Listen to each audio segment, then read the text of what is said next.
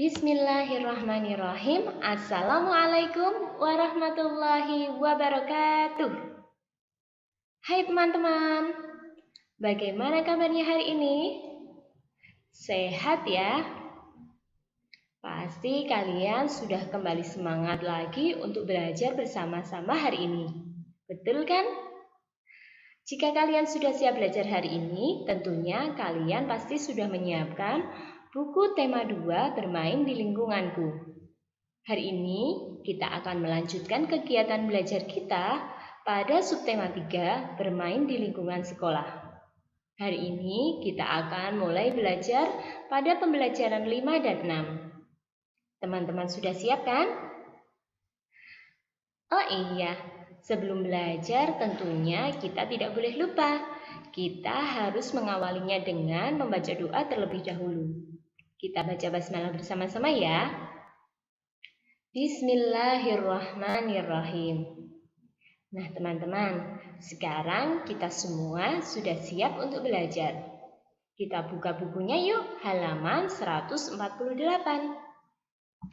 Kita akan mengawalinya pada pembelajaran 5. Jam menunjukkan pukul 10 waktu Indonesia Barat. Benny bersiap melakukan permainan estafet bola. Amatilah gambar berikut ini dengan cermat.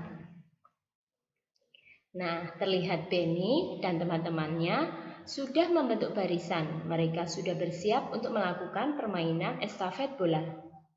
Apakah teman-teman tahu bagaimana langkah-langkah dalam permainan estafet bola itu?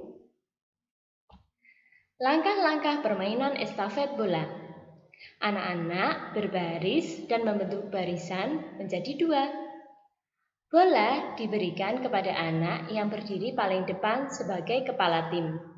Kemudian, bola diberikan kepada teman yang ada di belakangnya dengan cara memutar badan. Tapi ingat, kaki tidak boleh berpindah tempat. Setiap tim harus bekerja sama dengan kompak. Lalu, apa yang terjadi dengan Mei dan Dayu? Kita baca ceritanya dulu yuk. Bermain estafet bola. Edo, Penny, Udin, dan teman-teman sedang bermain estafet bola di halaman sekolah. Penny dan teman-temannya membentuk 2 barisan. Bola diberikan kepada kepala tim di depan. Kemudian, bola yang dipegang kepala tim diberikan kepada teman yang ada di belakangnya dengan memutar badan tanpa memindah posisi kaki. Kelompok Edo kurang kompak dalam bermain, sehingga kelompok Benny lah yang menjadi pemenangnya. Mei dan Dayu terlambat mengikuti pelajaran PJOK. Mereka baru datang ketika permainan estafet bola sudah dimulai. Mereka mendapat nasihat dari guru yang mengajar PJOK. Kita baca percakapan antara Benny, Dayu, dan Udin halaman 150. Silahkan teman-teman buka bukunya halaman 150 ya. Benny bertanya kepada Dayu. Dayu, mengapa kamu terlambat? Aku jajan dulu, jawab Dayu. Wah, jajan kan ada waktunya. Kemudian, mengapa kamu membuang sampah sembarangan? Ada tempat sampah di sana, jawab Benny. Ah, terlalu jauh, jadi biarkan sajalah. Kemudian, Benny berkata lagi, itu kan bagian dari tata tertib di sekolah kita, Dayu. Menurut tata tertib di sekolah kita, semua murid wajib membuang sampah di tempat sampah. Kemudian datanglah Udin bertanya, bagaimana dengan tata tertib ke dalam upacara? Benny menjelaskan teman-temannya tentang tata tertib upacara dengan senang hati. Dalam tata tertib upacara bendera, semua murid wajib mengikuti upacara bendera pada hari Senin. Setiap peserta upacara harus tertib, tidak boleh berisik. Sementara itu, dalam tata tertib di kelas, kita harus datang ke sekolah sebelum pembelajaran dimulai. Sebelum masuk ke kelas, kita harus berbaris dengan rapi di depan kelas. Setelah tanda bel masuk dibunyikan, semua siswa harus sudah berada di kelas. Kita harus berdoa sebelum pelajaran dimulai, dan setelah pelajaran berakhir dipimpin oleh ketua kelas. Kebersihan, kerapian, dan keindahan kelas menjadi tanggung jawab ketua kelas dan seluruh siswa. Siswa yang bertugas piket pada hari itu wajib menyirami tanaman yang berada di depan kelasnya. Setiap siswa harus berperilaku senyum, salam, sapa, sopan, dan santun. Nah, teman-teman, itu tadi adalah percakapan antara Beni, Dayu, dan Udin tentang tata tertib yang ada di sekolahnya. Sekarang kita lanjutkan ya. Kita buka bukunya halaman 152. Coba perhatikan gambar berikut ini. Kemudian, kelompokkanlah hal yang harus dilakukan dalam kehidupan sehari-hari di sekolah. Dan berikan tanda centang pada gambar yang sesuai. Sekarang teman-teman bisa lihat pada gambar yang pertama. Di sini terlihat anak yang datang ke sekolah dengan berpakaian yang tidak rapi karena bajunya tidak dimasukkan. Apakah anak ini termasuk menjaga tata tertib sekolah? Tentu tidak. Hal ini tidak boleh dilakukan ketika kita berada di sekolah. Kemudian pada gambar anak yang kedua, ia datang ke sekolah dengan berpakaian rapi. Nah, ini adalah hal yang harus kita lakukan dalam kehidupan di sekolah, berpakaian rapi saat datang ke sekolah. Kemudian, pada gambar yang ketiga, seorang anak datang tepat waktu. Dia tentu tidak terlambat ketika masuk sekolah. Nah, hal ini termasuk tata tertib yang harus dijaga, datang ke sekolah tepat waktu.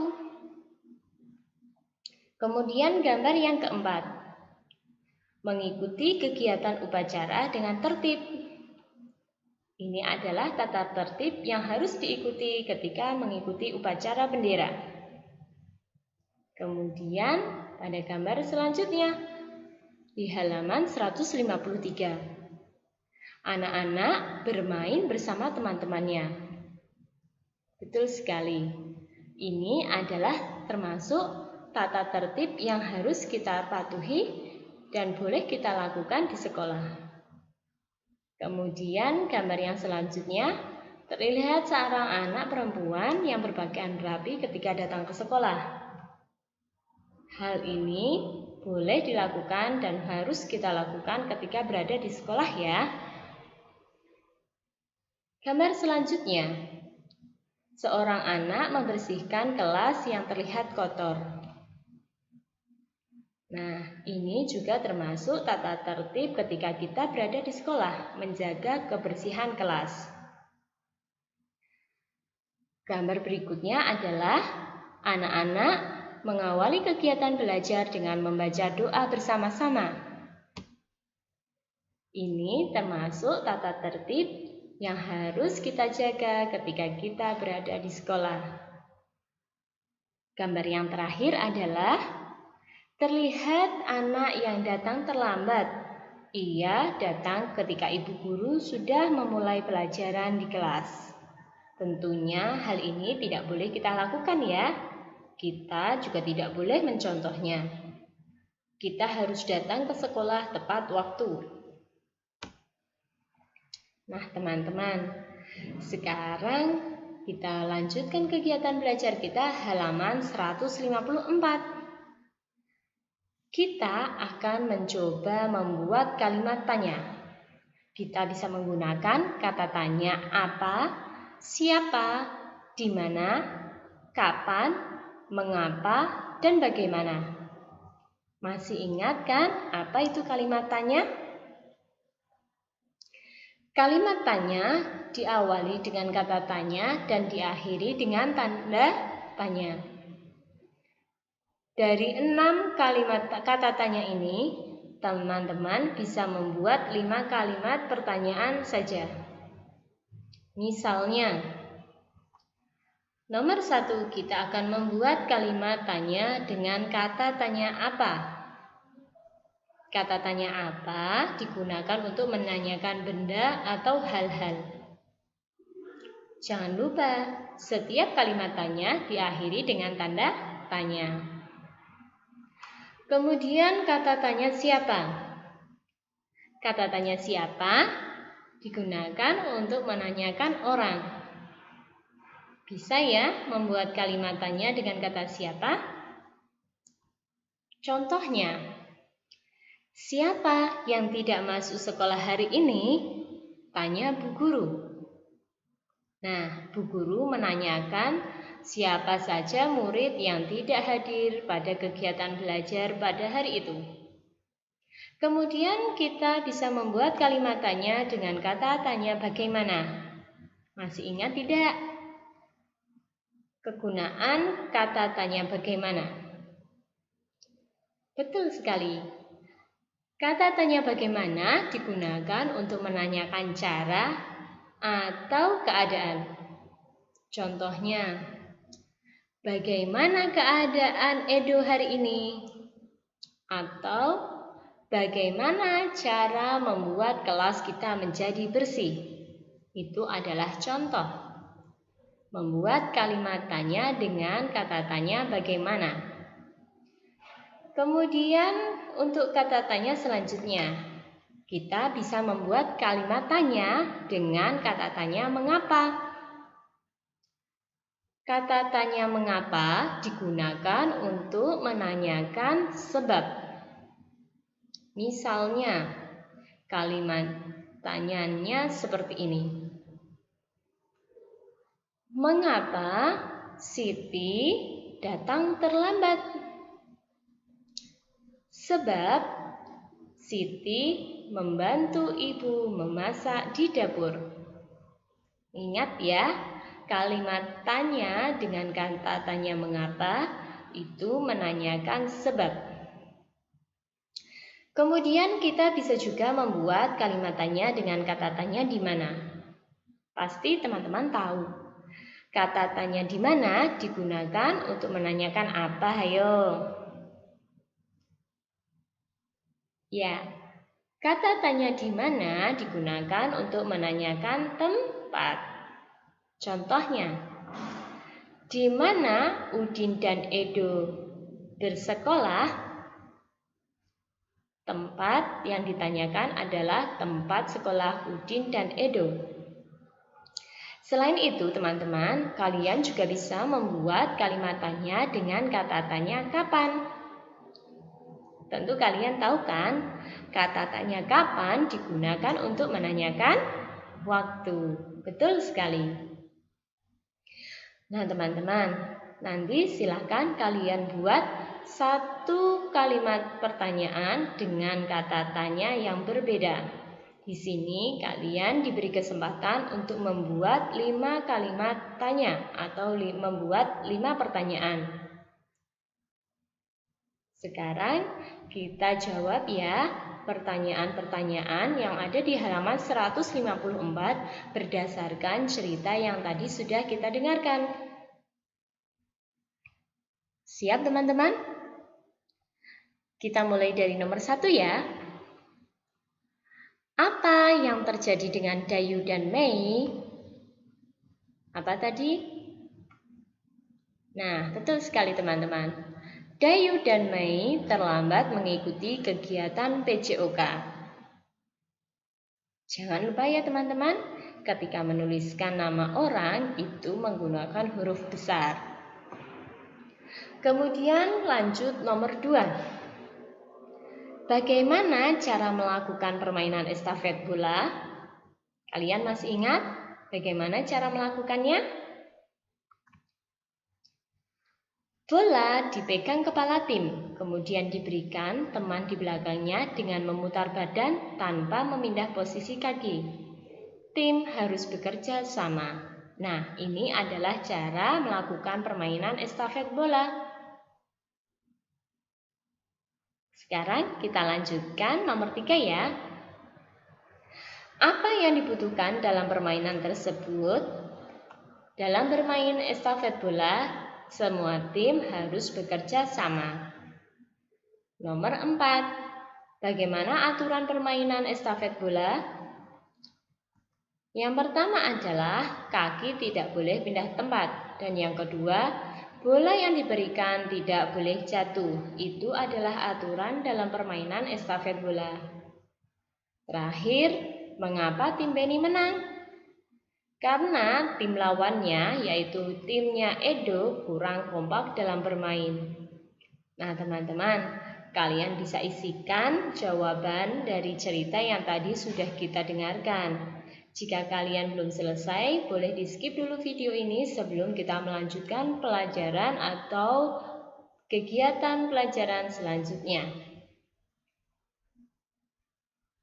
Sekarang kita akan mencoba melakukan pengamatan sederhana.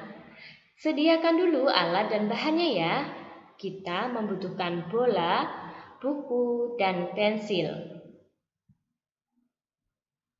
Nah, setelah kita menyiapkan alat dan bahan, kita amati alat dan bahan tersebut satu persatu. Kemudian kita bisa mengisikan pada hasil pengamatan di bukumu. Bola adalah benda yang pertama yang akan kita amati. Kalian bisa lihat teman-teman, bola ini berbentuk bulat, terbuat dari karet, warnanya hitam dan putih. Permukaannya halus. Bola digunakan untuk bermain dan berolahraga. Kemudian, benda yang kedua yang kita amati adalah buku. Bagaimana ciri-ciri buku? Buku berbentuk persegi panjang. Buku terbuat dari kayu loh. Nah, kemudian ciri yang ketiga, warna buku berwarna-warni. Permukaan buku adalah halus. Buku digunakan untuk belajar. Nah, teman-teman, itu tadi adalah ciri-ciri buku. Kemudian benda yang ketiga yang akan kita amati, yaitu adalah pensil. Kalian semuanya pegang pensil kan? Coba lihat pensil yang sedang kita pegang. Apa bentuknya pensil? Bentuk pensil seperti tabung yang panjang. Pensil terbuat dari kayu, digunakan untuk menulis, dan keras. Pensil termasuk benda padat. Nah teman-teman, dari kegiatan pengamatan yang sudah kita lakukan dari ketiga benda tersebut, kita dapat mengambil kesimpulan bahwa setiap benda mempunyai ciri-ciri yang berbeda. Sekarang kita lanjutkan pada pembelajaran 6, halaman 157. Masihkah ingat kalian dengan kebiasaan yang dilakukan Beni? Iya, betul sekali. Ia biasa bekerja sama dalam permainan. Sekarang lihat gambar yang ada pada tampilan ini. Permainan apa yang sedang dilakukan Beni dan teman-temannya? Betul sekali, mereka sedang bermain sepak bola. Pernahkah kalian bermain sepak bola? Tentu pernah, apalagi anak-anak laki-laki yang senang bermain sepak bola.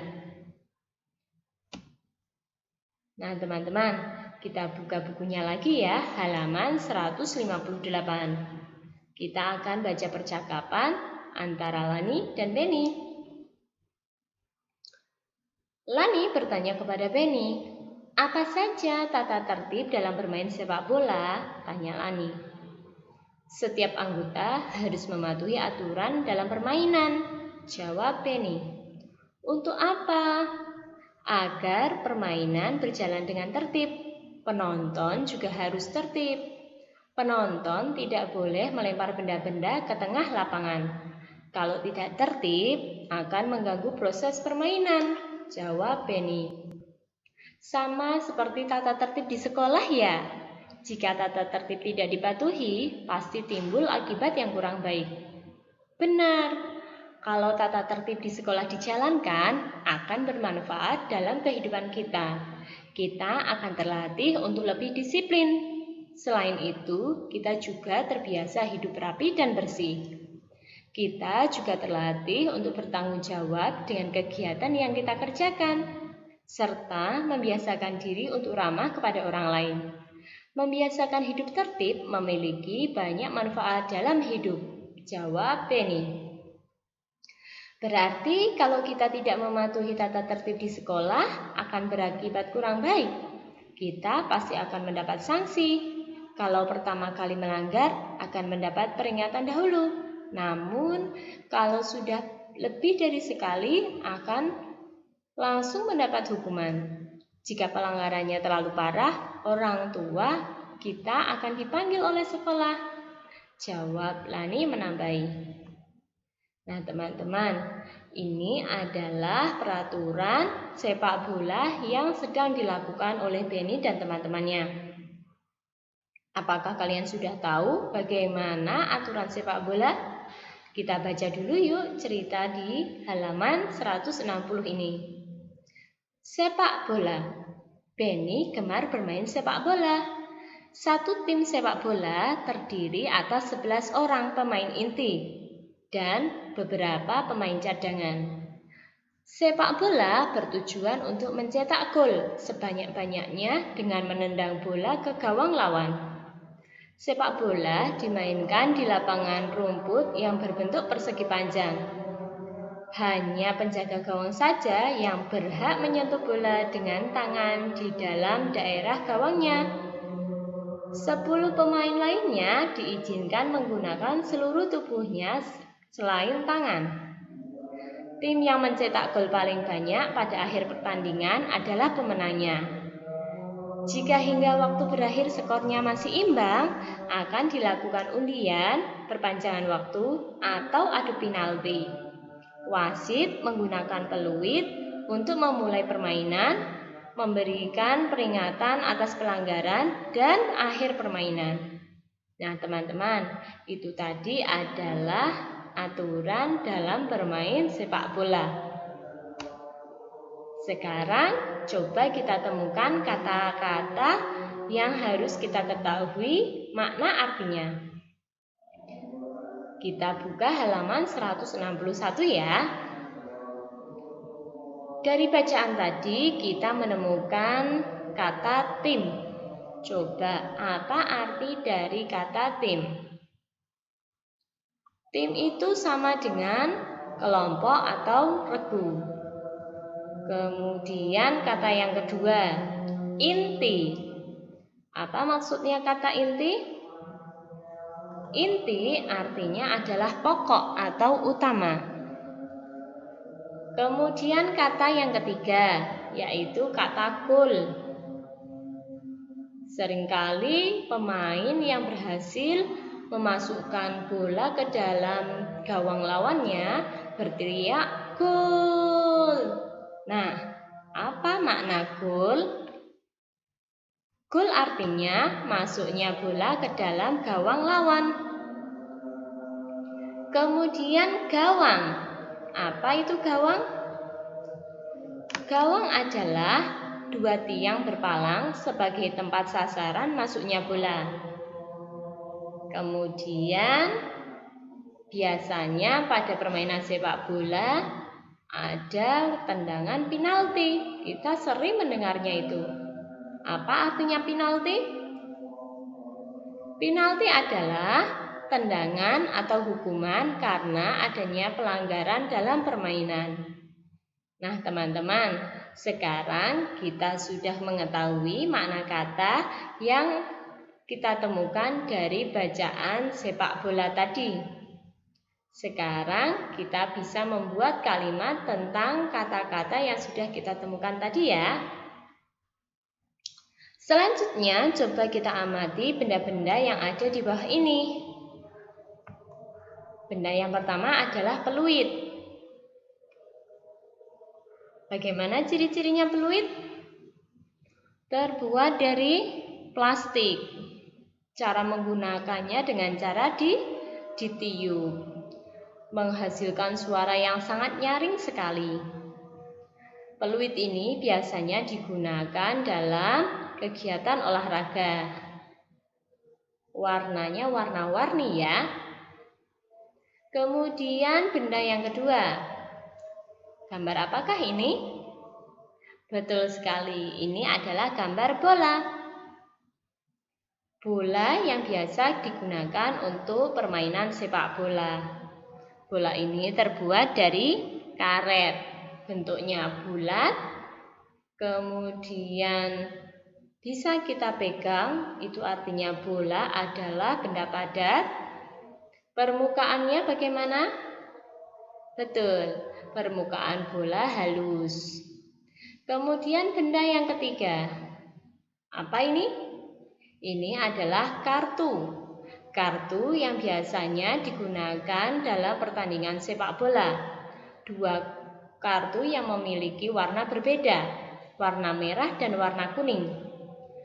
Biasanya warna kuning diberikan oleh wasit kepada pemain yang telah melanggar dengan pelanggaran ringan. Sedangkan kartu warna merah diberikan kepada pemain yang membuat pelanggaran berat. Dari ketiga benda ini, bagaimana ciri-ciri bendanya? Sama atau beda?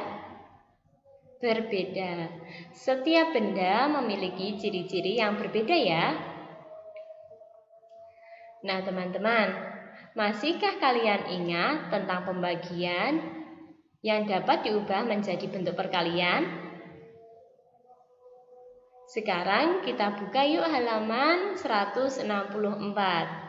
Kita akan melanjutkan kegiatan belajar kita tentang pembagian yang kemudian akan berubah atau kita ubah menjadi bentuk perkalian. Pada halaman ini kita temukan beberapa soal latihan. Kita akan mencoba dari nomor 1 terlebih dahulu. Di sana ada bilangan 27 dibagi 9. Hasilnya adalah titik-titik.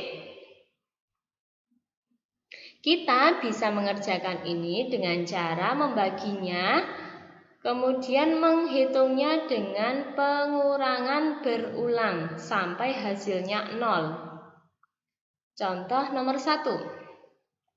27 dibagi 9, caranya adalah 27 dikurangi 9, kemudian kita hitung 27 dikurangi 9, sisanya masih 18. Kita bisa menghitungnya dengan cara menghitung mundur atau dengan bantuan tangan kita untuk mengurangi bilangan ini.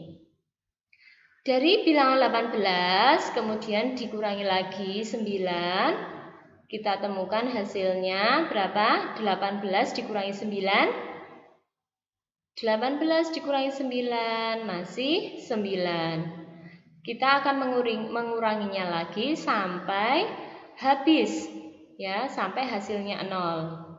Masih sisa 9, berarti kita harus menguranginya lagi dengan bilangan 9. 9 dikurangi 9, maka hasilnya sudah 0. Nah, teman-teman, dari pengurangan berulang ini kita temukan. Kita bisa lihat di sini ada berapa angka 9-nya? 1, 2, 3. Berarti 27 dibagi 9 ada 3. Kita temukan di sini ada 3 angka 9. Ya, 1, 2, 3. Karena apa? Karena 3 kali 9 adalah 27. Ini adalah kebalikannya. Sampai di sini paham? Jika masih bingung, nanti kalian bisa tanyakan lagi kepada Pak Guru atau Bu Guru ya. Sekarang kita akan coba nomor 2. 30 dibagi 2 berapa? Kita akan menghitungnya dulu dengan cara pengurangan berulang. 30 dikurangi bilangan pembaginya, yaitu 2. 30 dikurangi 2 berapa hasilnya? 28. 28 kita kurangi lagi dengan bilangan 2. Hasilnya adalah 26. Nah, namanya pembagian dengan cara pengurangan berulang, itu nanti kita kurangi terus bilangannya sampai hasilnya 0. Ini tadi 28 dikurangi 2, maka masih 26. 26 kita kurangi lagi dengan bilangan 2. Hasilnya masih berapa? 24. Kemudian kita kurangi lagi 2. Sisanya masih 22.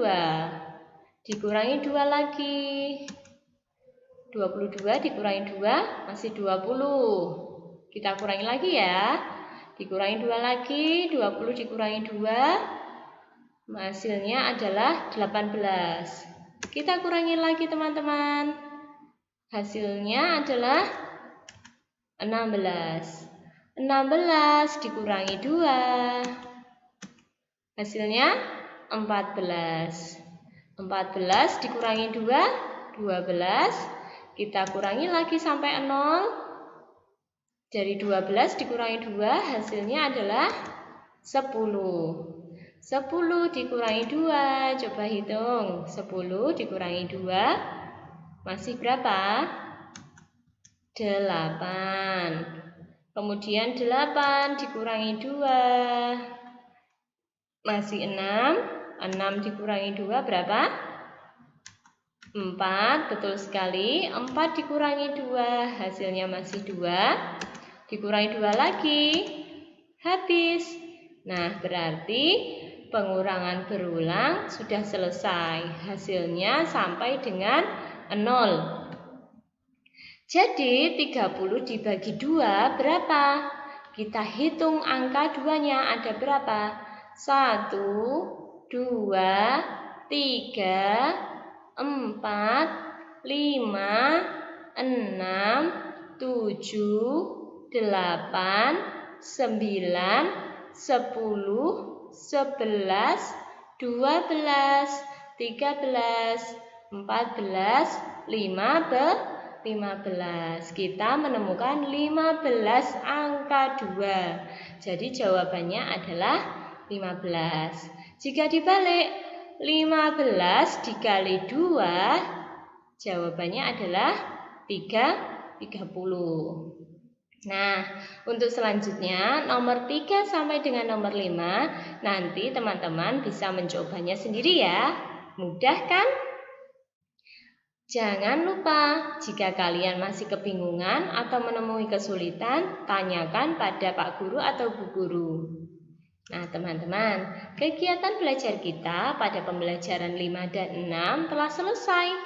Tetap semangat, tetap tertib sholat dan menjadi anak hebat.